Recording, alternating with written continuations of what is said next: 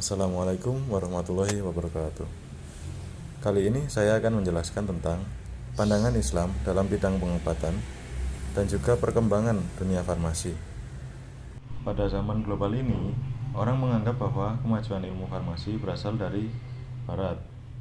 Padahal, kemajuan yang dicapai Barat tersebut tidak lepas dari zaman yang sebelumnya, yakni dunia Islam.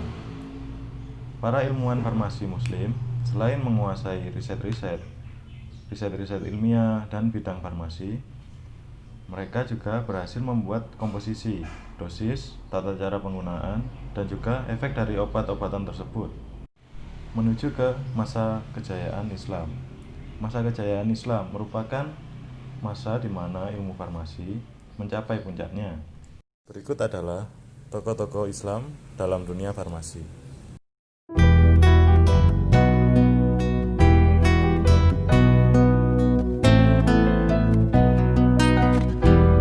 Merekalah yang menjadi orang-orang di barisan terdepan, bahkan beberapa karya mereka masih dijadikan rujukan dalam ilmu farmasi dan kedokteran hingga abad modern, baik di negara timur maupun di negara barat.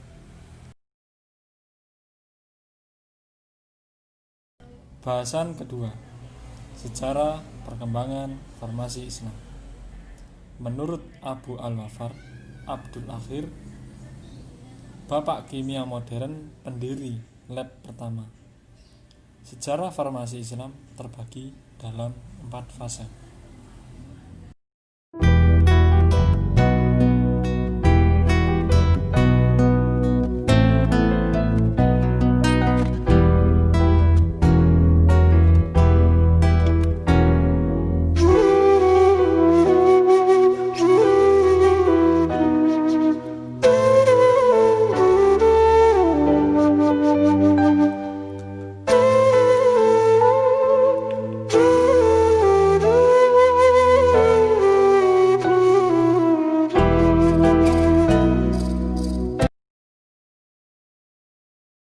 Yang ketiga, yaitu pandangan tokoh-tokoh Islam dalam dunia farmasi.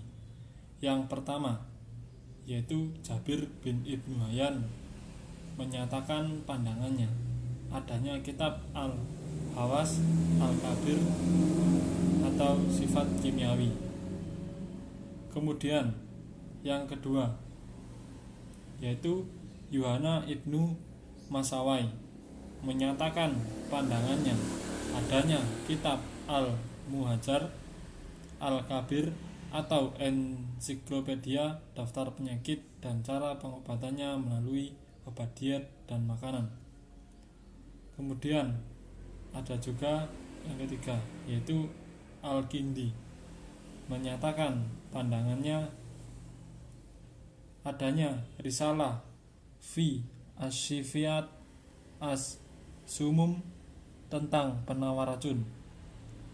Kemudian ada yang keempat, yaitu Sabur Ibnu Sahal menyatakan pandangannya adanya menjelaskan jenis obat-obat untuk menyembuhkan berbagai macam penyakit.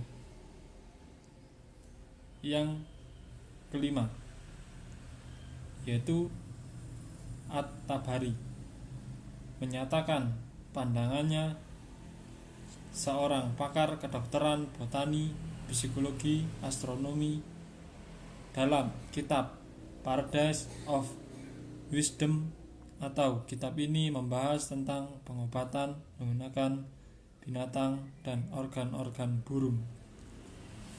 Kemudian yang keenam, yaitu Ar-Razi menyatakan pandangannya adanya kitab Al-Hawi atau tentang hasil-hasil eksperimen, penelitian, dan pengalaman medisnya.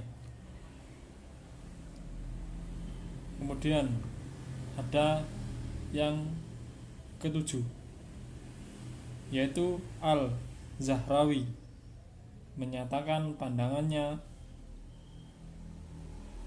yaitu perintis ilmu penyakit, diagnostik, dan cara penyembuhannya, the rheumatic atau penyakit telinga. Kemudian yang ke-8 ada juga Ibnu Sina, menyatakan pandangannya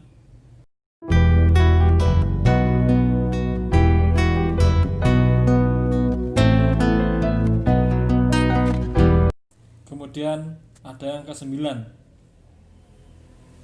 yaitu Al-Birun, menyatakan pandangannya adanya kitab As-Syadalah Fi'at Tib atau buku tentang farmasis. Al-Khofiki menyatakan pandangannya memajukan ilmu tentang komposisi, dosis, meracik, dan menyimpan obat-obatan. Ibnu Zur menyatakan pandangannya adanya kitab Al-Iqtisad fi Islah Al-Anfus wa Al-Ajsad, berisi rangkuman jenis penyakit, pengobatan, dan pencegahan. Ibnu Tufaili menyatakan pandangannya adanya kitab Murajaat wa Manahij. Ibnu Rusyid menyatakan pandangannya adanya kitab Al-Risalah, risalah pokok tentang medis. Dan ada juga yang ke-14 yaitu Ibnu Al-Baitar menyatakan pandangannya dengan yaitu dokter hewan, ahli botani dan farmakologi.